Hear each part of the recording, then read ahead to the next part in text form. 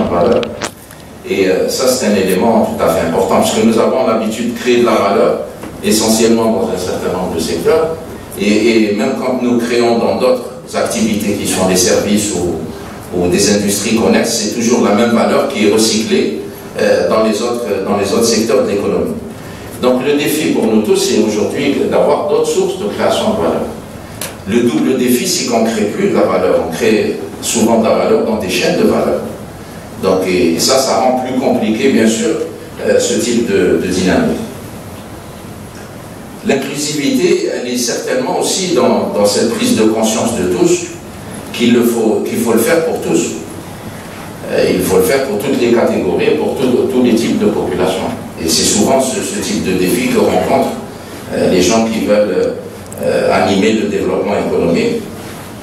Il faut le faire pour tous, et il faut certainement utiliser toutes les opportunités que nous avons aujourd'hui pour mettre en place le marché, pour mettre en place de l'économie, pour répondre à des besoins, les besoins des consommateurs, les besoins de la croissance démographique, les besoins qui sont générés, qui sont en fait des nouveaux besoins. Et c'est un élément tout à fait important, c'est des opportunités qu'il faut saisir. Comme partout dans le monde, nous allons aller dans des processus nouveaux. Nous sommes déjà dans ces processus. Nous fabriquons de l'eau, nous essayons maintenant de fabriquer de l'énergie, nous fabriquons des légumes hors sol. Donc nous allons vers ce qu'on peut appeler l'utilisation d'économies non conventionnelles. Donc nous allons bien sûr aujourd'hui poser la question, est-ce que c'est intéressant de fabriquer du poisson? Parce que nous ne pouvons plus, compte tenu de la concentration démographique, avoir des ressources naturelles qui répondent justement à ce processus. Donc nous utilisons les technologies, nous utilisons nos savoir-faire pour pouvoir répondre à ces différents besoins. Donc c'est tout le défi que nous avons. Bien sûr, qu'il s'agisse de fabriquer du poisson, ou de fabriquer de l'eau, ou de fabriquer de l'énergie, ou de fabriquer d'autres types de produits, on a à peu près les mêmes problématiques qu'on va rencontrer, qui sont les problématiques, les défis de pouvoir lancer ces activités, qu'elles soient économiques, qu'elles créent de l'emploi, qu'elles créent surtout de la richesse sur le plan interne, et qu'elles internalisent les systèmes productifs nationaux.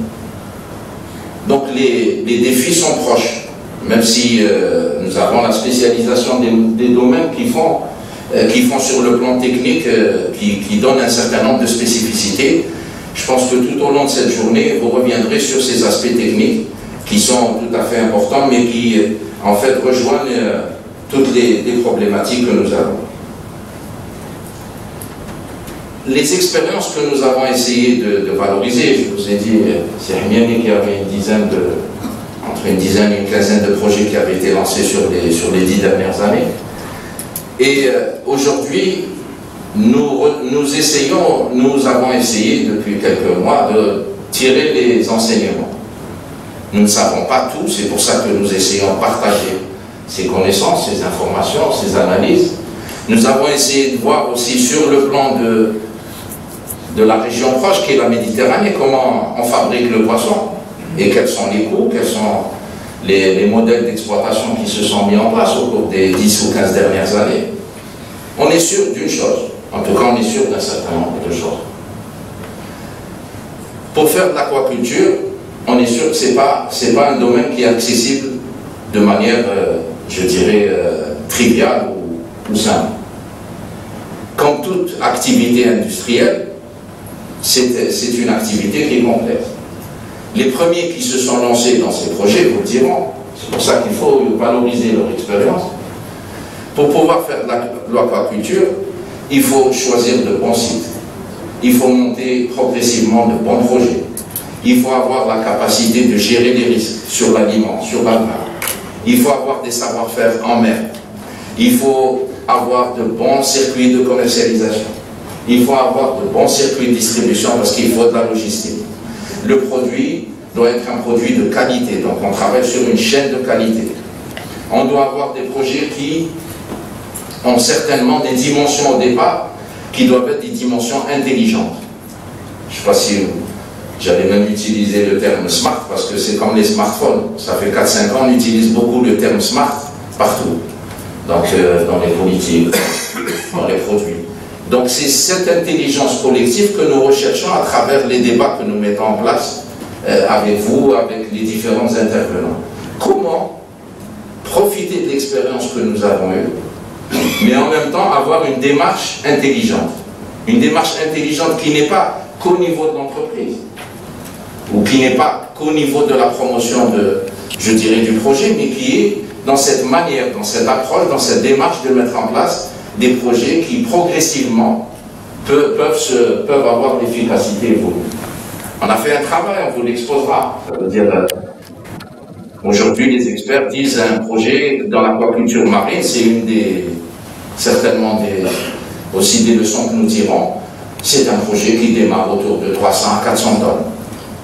Parce que nous avons besoin que les opérateurs apprennent à maîtriser ce type d'activité. Il faut aussi des institutions d'accompagnement de qualité, que ce soit sur le plan économique ou même sur le plan assurantiel. On a fait un travail avec les assurances, parce qu'on pense que c'est vraiment important que les risques soient couverts, à la fois sur le plan économique, mais aussi sur le plan individuel. Et c'est un élément clé aussi du dispositif et des leçons que nous retenons. Parce que ce sont des projets fortement capitalistiques, 3 ou 4 fois plus que ce qui est fait dans la pêche classique, et qui en même temps, il y a énormément de risques parce qu'on est en mer. Pourquoi vouloir faire cette synergie entre les professionnels de la mer et les terriens? Parce que la mer reste la mer. Elle n'est pas un espace facilement qu'on peut apprivoiser, domptable. C'est un espace où il faut aussi avoir les professionnels qui ont la pratique de ces sites, qui ont la pratique de ces spécificités. En clair, je peux même vous dire que plus on avance dans les diagnostics, les évaluations, les discussions, et plus on découvre l'étendue de notre ignorance.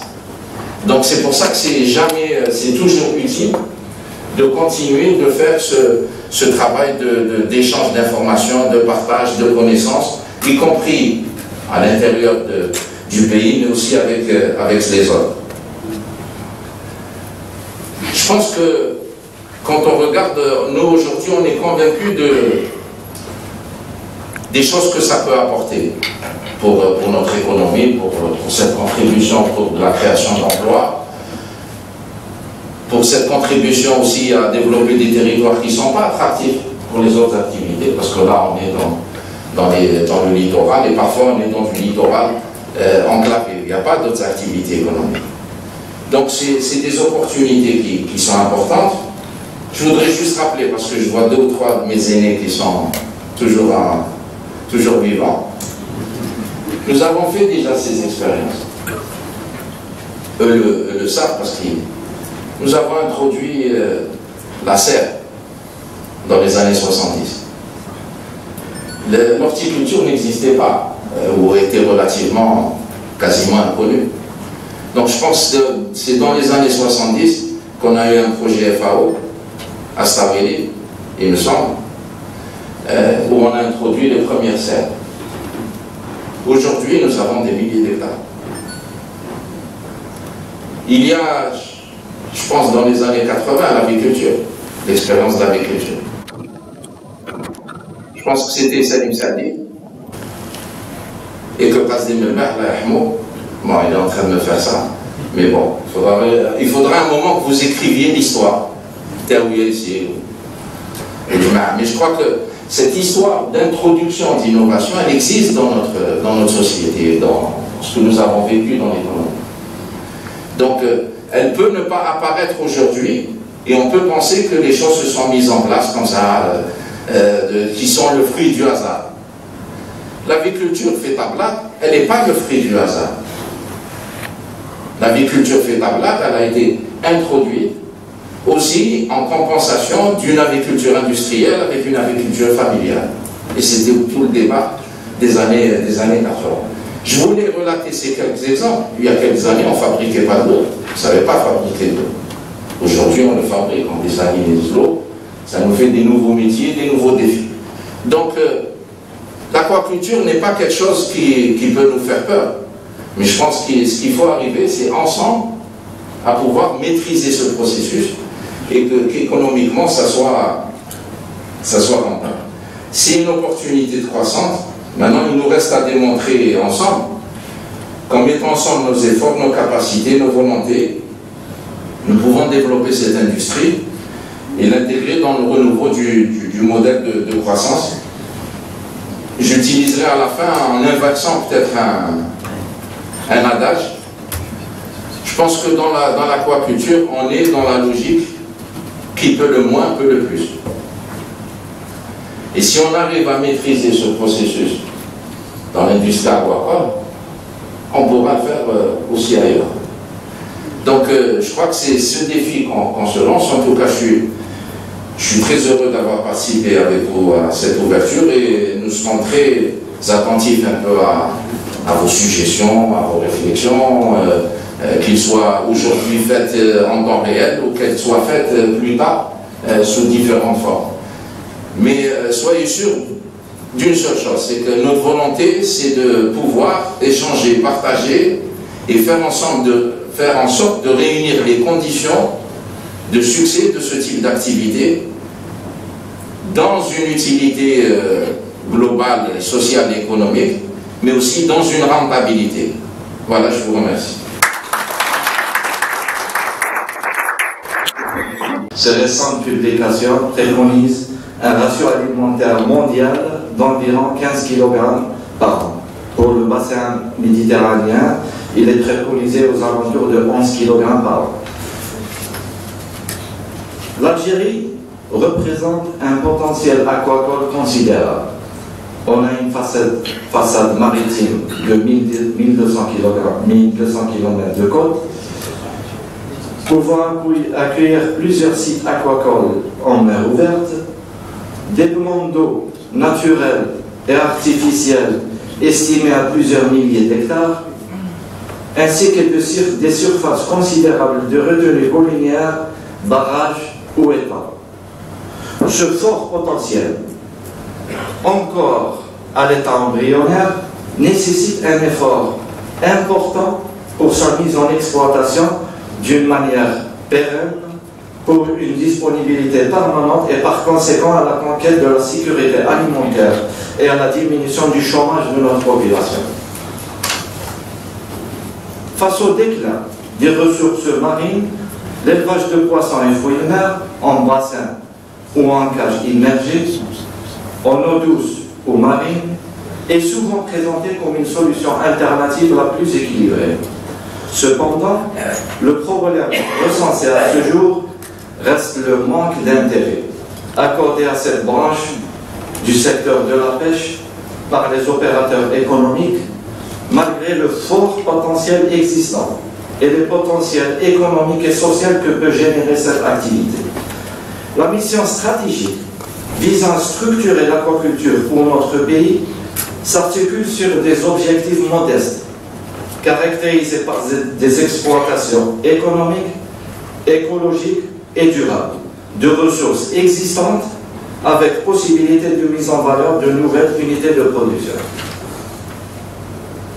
Honorable assistante, le spectre de la diminution des stocks halieutiques mondiaux est bel et bien réel, et que les résultats de recherche scientifique le prouvent.